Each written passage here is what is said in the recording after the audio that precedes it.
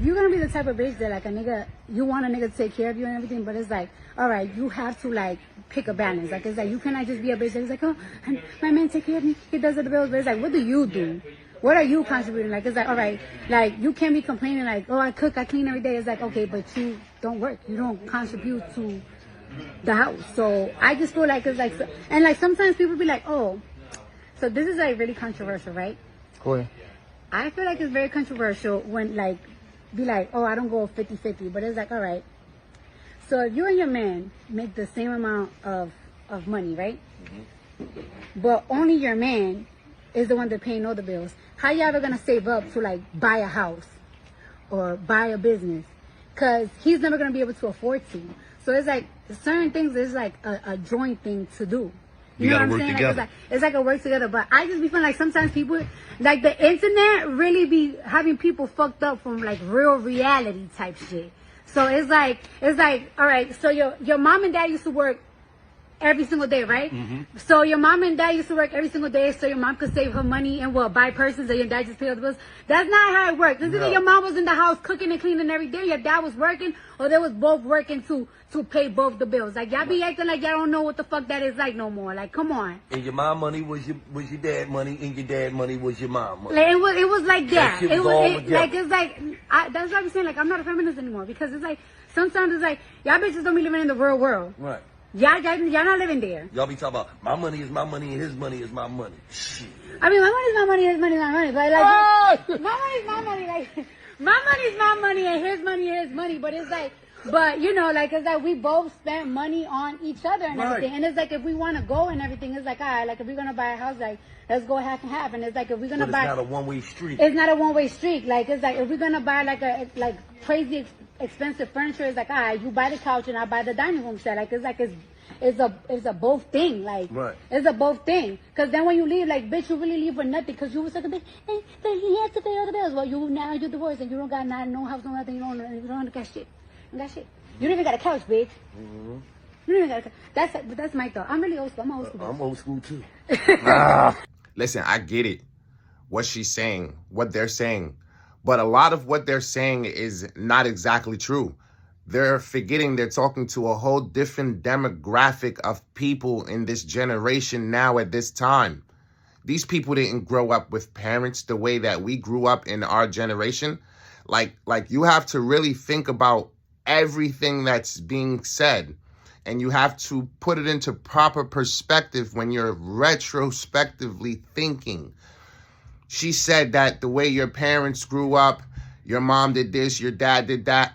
I have a 14-year-old that never grew up with me in his life, never grew up with his father ever in his household. So he does not know what it's like for a mom and a dad to take care of responsibilities together.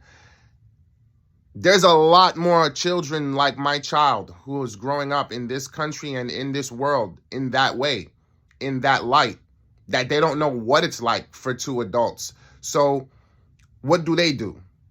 What do they do? Because my son's whole life, for 14 years of his life, for 10 years of his life, I went to court. I fought. I did everything for him. And still to this day, he will never understand because he wasn't raised in the house with two parents. He is being raised by a selfish mother still till this day. I tried reaching out to his mom so we can try to do some type of co-parenting. And this is recently. My child is about to be 14 in 3 weeks. His mother chose to insult me,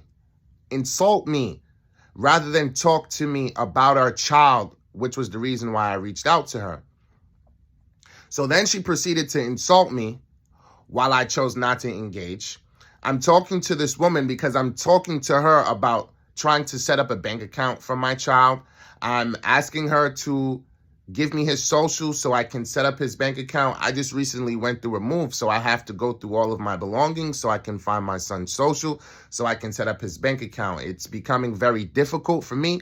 I tried to go to the Social Security Administration. They need a school letter from a header with my name on it from the school, which is a school letter stating that I'm the parent. His mother's not being compliant about any of it, trying to help with none of it whatsoever. She decided to insult me when I reached out to her about co-parenting for our son 3 weeks ago. And then she proceeded to say whatever negative insults to our child about me, not trying to work with me to help our child.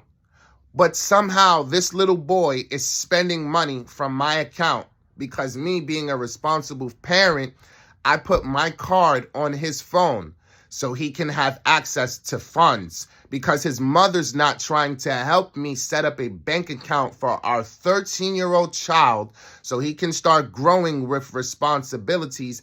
This little boy is actually charging my card to buy food.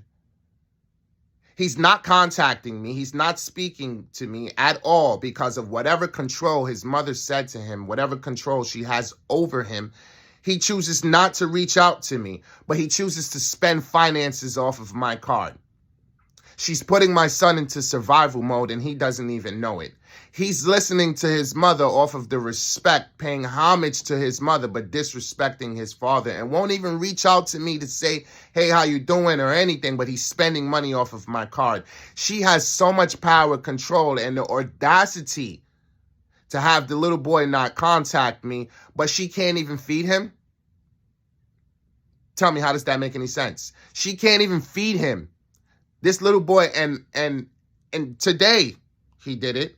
Previously, he did it. Days before that, he's done it. And it's been weeks since I've spoken to my son because of whatever his mother went to say to him.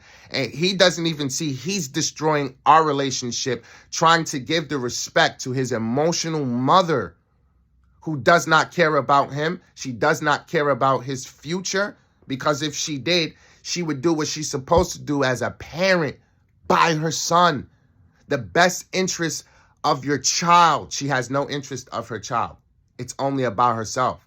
So when we're listening to these people and they're trying to give us the advice that we're supposed to be listening, you have to remember you're talking to a whole different demographic of people.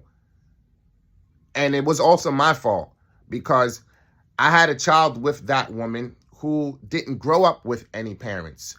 Her mother was a crack addict. She was in the street smoking and, dealing with different men. This woman didn't grow up with the power structure that she was supposed to grow up with positive male role models. All of her aunts, she grew up in a household with women. Her grandmother was an alcoholic.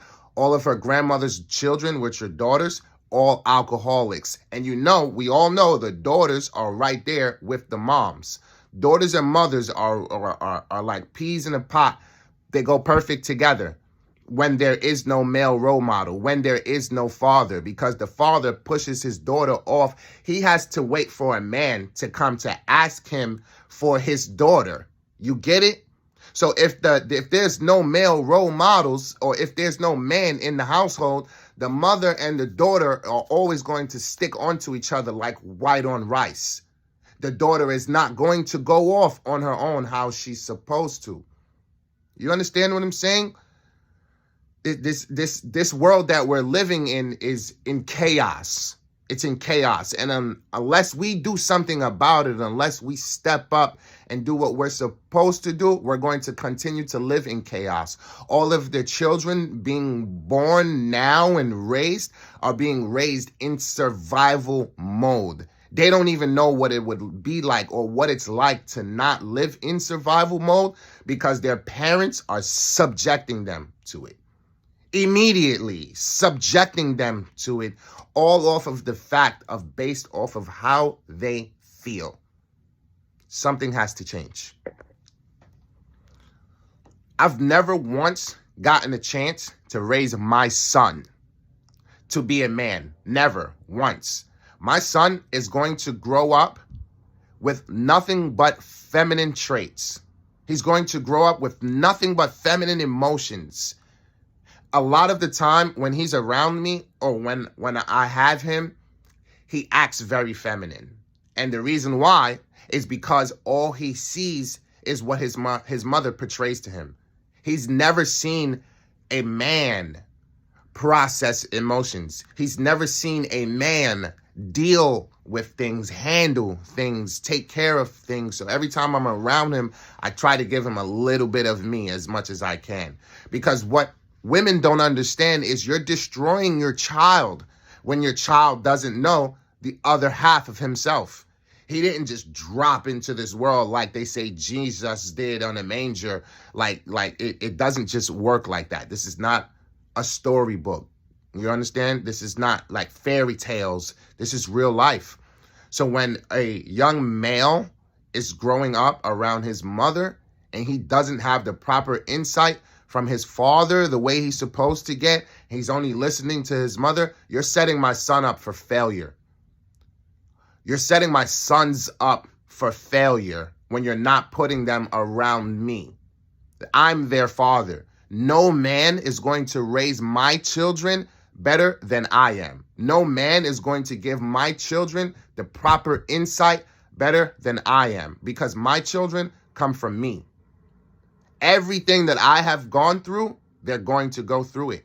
So who is better to give them the proper insight that they're supposed to get when they're going to make these mistakes? Because it's going to happen. At this time right now, my son is following down the same footsteps, same path I went down at his age of 13 years old. It's just at his age of 13 years old, I was much more wild because I was being abused at home in the house with my parents, with my father, because my father grew up in an emotional household with his mom.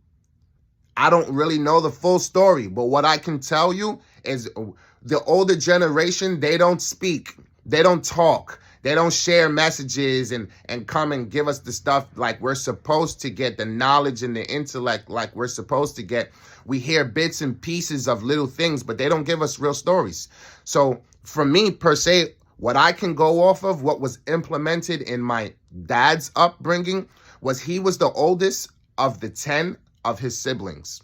So he had to help my grandmother with everything that needed to be helped with. And he didn't get a chance to actually be the way that he was supposed to be, the man that he was supposed to be. So a lot of things in turn came out within his frustration, within his emotions, which is why he used his hands a lot when it came to his teachings and his raising and how he did things. That's not the way you're supposed to do things as a man. As a man, you're supposed to talk. So for me, I've never put my hands on my son, especially due to the fact that he is now a young man at the age of 13 going into 14. He knows and he can tell you himself. I never abused him. I never put my hands on him. One thing I did was I made him sit down and do work. And the reason why is because in the long run, it works out for you. So if you got to stand there and hold books, hold textbooks for 30 minutes and until you can't hold them no more, it's strength training. When you get older, your arms are stronger. When you got to sit down and read all of these books and read all of this stuff because you're not doing what you're supposed to be doing, guess what? Your reading improves. You want to read stuff. Your reading is faster. Your intellect is much easier. You're able to see things instead of just glancing over them. You can actually read them. It makes you want to stand up and read in the classroom when somebody else is sitting in the back and they don't even want to participate. It's very important for us as men to step up and do what we need to do and do what we're supposed to do. Because if we allow these women, the matriarchy is here. The patriarchy is done. The way that the world is running, we've never seen men in control.